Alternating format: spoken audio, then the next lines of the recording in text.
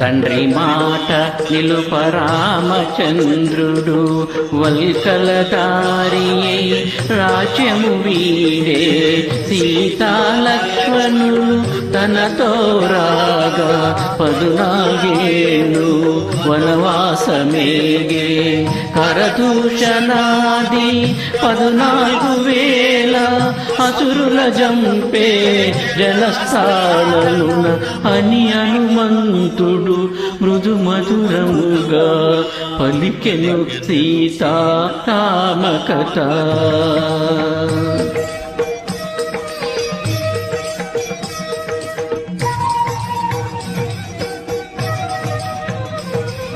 రాముడు వెడలే సీత కోర్కెపై మాయలేడిని కొని తెచ్చుటకై రామలక్ష్మణులు లేని సమయమున అపహరించే లంకేశుడు సీతను కానక రామచంద్రుడు అడవుల పాలై వెదకుచుండెను అని హనుమంతుడు మృదు మధురముగా పలికెను సీతారామ కథ.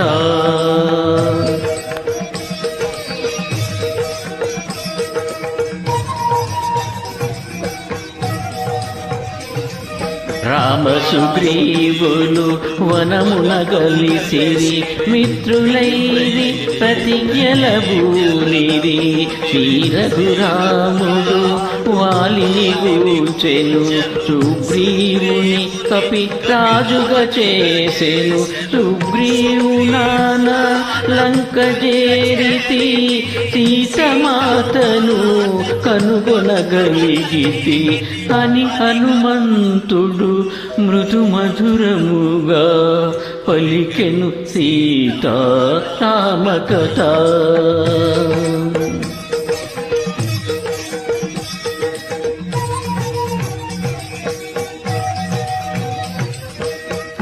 వానరోత్తముడు పలుకుట మానెను జానకికెంతో విస్మయమాయెను భయముగా నలువంకలగని మెల్లగా మోమెత్తి పైకి చూచెను శోభిల్లు చించు పాశాకలందున